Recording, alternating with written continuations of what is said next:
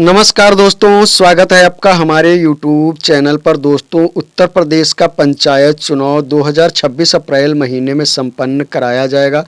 तो दोस्तों, अब की बार प्रत्याशियों के लिए कौन सी गाइडलाइंस बनाई गई है चुनाव आयोग द्वारा, कौन कौन से नियमों का आप लोगों को पालन करना है। अगर आप प्रत्याशी बनना चाहते हो, प्रधानी का चुनाव लड़ना चाहते हो, तो चुनाव आयोग द्वारा जो गाइडलाइंस दी जाती है इसके अनुसार आपको काम करना होगा।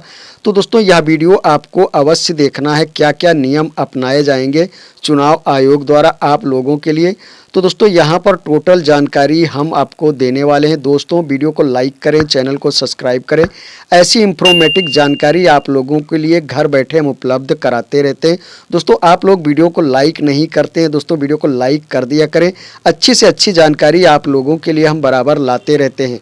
तो दोस्तों, प्रत्याशियों के लिए क्या गाइडलाइंस बनाई जाती है पंचायत चुनाव के दौरान, किस गाइडलाइंस के अनुसार आप लोग चुनाव लड़ सकते हैं, तो यहाँ पर टोटल जानकारी आदर्श आचार संहिता के बारे में हम आपको देने वाले। क्या आपको नहीं करना है चुनाव के दौरान, तो यहाँ पर स्क्रीन पर आप देख पा रहे होंगे, यहाँ पर बताया गया सामान्य आचार संहिता के बारे में उम्मीदवारों को क्या करना है, क्या क्या नहीं करना है।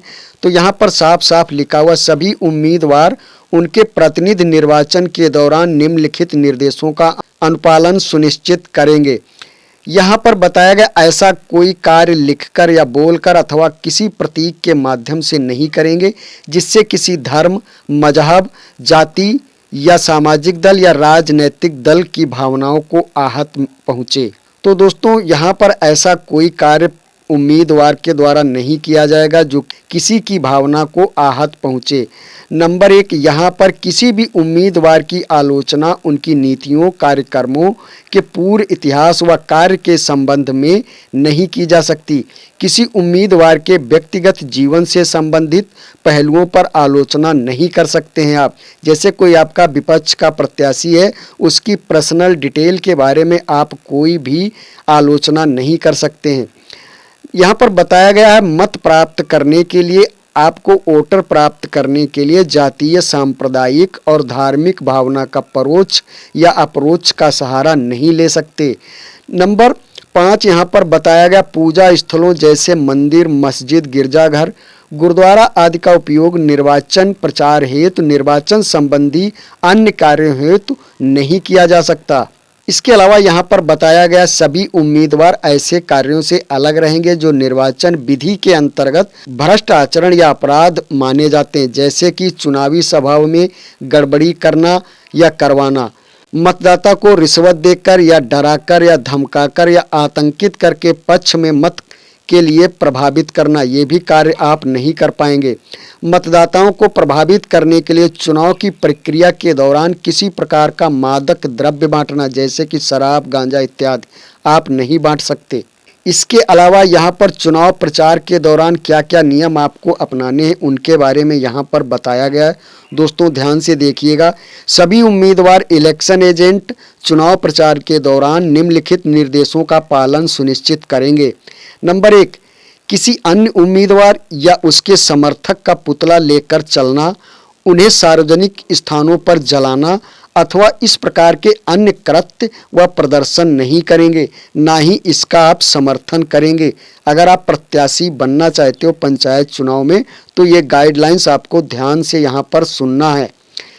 यहाँ पर बताया गया, निर्धारित व्यय सीमा से अधिक खर्च नहीं करेंगे। जो चुनाव आयोग द्वारा पंचायत चुनाव के दौरान जो खर्च सीमा निर्धारित की जाएगी, उससे अधिक आप नहीं खर्च करेंगे। इसके अलावा यहाँ पर बताया गया, किसी भी उम्मीदवार या उम्मीदवारों के राजनीतिक विचारों या कृत्यों से असहमत एवं मत भिन्नता होते हुए भी प्रत्येक व्यक्ति के शांतिपूर्ण एवं विघ्न रहित पारिवारिक जीवन के अधिकार का आदर किया जाएगा। किसी व्यक्ति के विचार, मत, कृत्य का विरोध उसके निवास के सामने कोई प्रदर्शन या धरना आयोजित करके नहीं किया जाएगा। इसके अलावा यहाँ पर बताया गया, चुनाव प्रचार के दौरान किसी व्यक्ति की भूमि, भवन, अहाते, दीवार का उपयोग झंडा लगाने, झंडियाँ टांगने या बैनर लगाने जैसा कार्य उस व्यक्ति की अनुमति के बिना नहीं करेंगे, ना ही अपने चुनाव कार्यकर्ताओं, एजेंटों को ऐसा करने देंगे। इसके अलावा यहाँ पर बताया गया किसी शासकीय सार्वजनिक स्थल भवन परिसर में विज्ञापन, wall writing, cutout, hoarding, banner आदि नहीं लगाएंगे। ना ही किसी प्रकार से किसी सार्वजनिक स्थल को आप गंदा करेंगे। इसके अलावा यहाँ पर बताया गया अन्य उम्मीदवार के पक्ष में आचार संहिता का उल्लंघन कर लगाए गए झंडे, पोस्टरों को स्वयं नहीं हटाएंगे। उन्हें हटाने के लिए नियम संगत कार्यवाही हेतु जिला प्रशासन से आपको अनुरोध करना होगा। यानी कि किसी का पोस्टर, झंडी या किसी प्रकार का कुछ सामग्री आप खुद नहीं हटा सकेंगे। इसके लिए आपको जिला प्रशासन से अनुरोध करना होगा। चुनाव प्रचार के दौरान वाहनों का उपयोग करने के लिए जिला प्रशासन से अनुमति लेनी होगी। चुनाव प्रचार हेतु लाउड स्पीकर एवं साउंड बॉक्स का प्रयोग पूर्व अनुमति लेकर ही करेंगे। इनका प्रयोग रात्रि 10 बजे से प्रातः 6 बजे तक प्रतिबंधित रहेगा।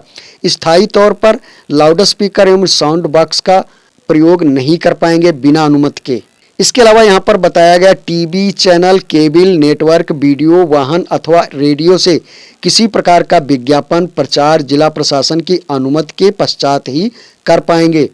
कोई भी मुद्रक या प्रकाशक, कोई व्यक्ति ऐसी कोई निर्वाचन प्रचार सामग्री जिसके मुख पृष्ठ पर उसके मुद्रक व प्रकाशक का नाम पता ना हो, मुद्रित या प्रकाशित नहीं करेगा, ना ही मुद्रित या प्रकाशित कराएगा।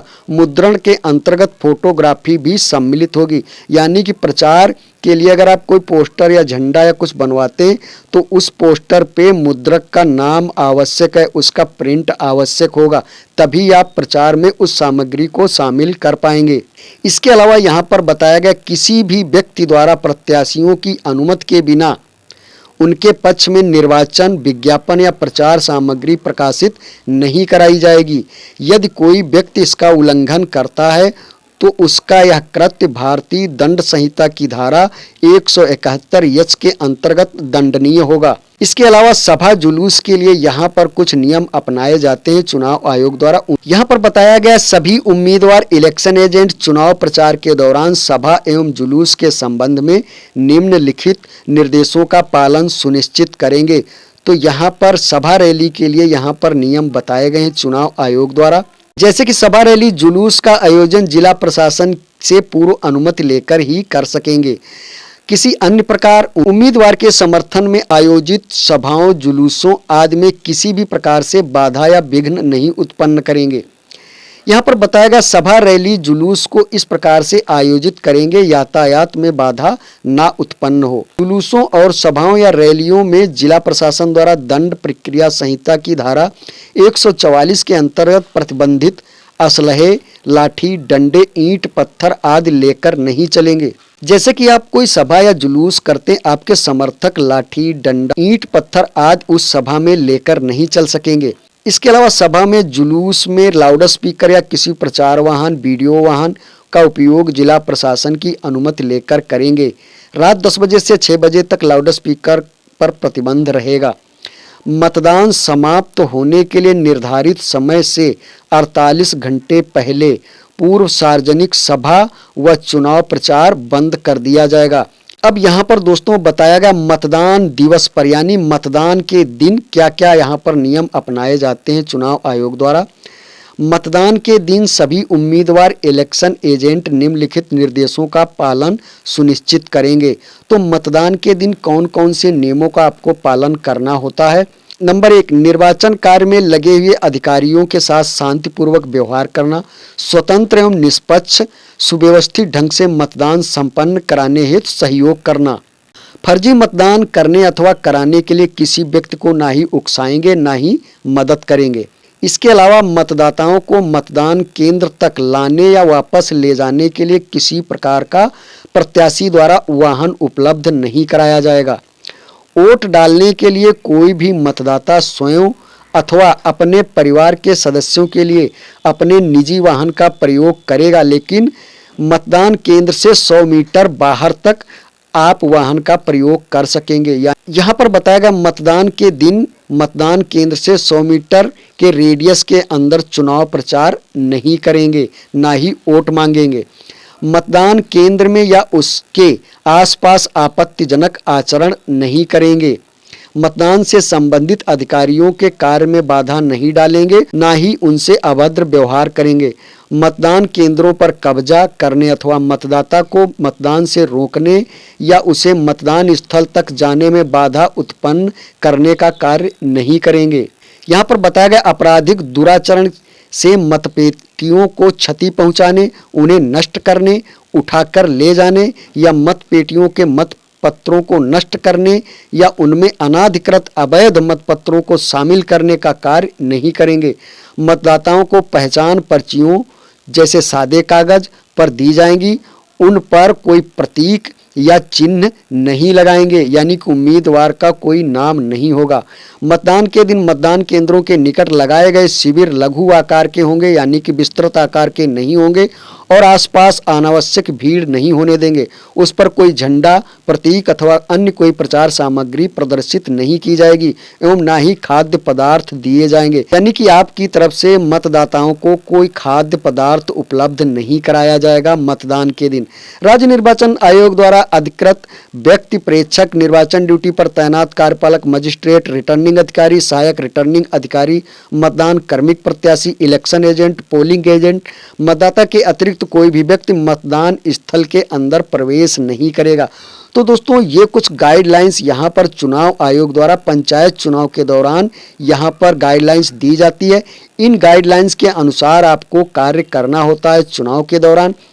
तो दोस्तों अगर आप नए प्रत्याशी हैं या पुराने प्रत्याशी हैं, आपको इन चीज़ों का अवश्य ध्यान रखना होगा। अगर इसके अलावा कोई कार्य करते हैं आप, तो आपको जुर्माना या जेल भी हो सकती है। तो दोस्तों यही थी जानकारी चुनाव आयोग की गाइडलाइंस के बारे में। अगर आप पंचायत चुनाव में भाग लेना चाहते हो, प्रधानी का चुनाव लड़ना चाहते हो, तो इन गाइडलाइंस को आपको ध्यान में रखकर कार्य करना होगा। तो दोस्तों यही थी जानकारी। दोस्तों जानकारी कैसी लगी, वीडियो कैसी लगी, कमेंट सेक्शन में अपनी राय जरूर रखिएगा। मिलते हैं इसी नई जानकारी के साथ, नई वीडियो के साथ। तब तक के लिए धन्यवाद।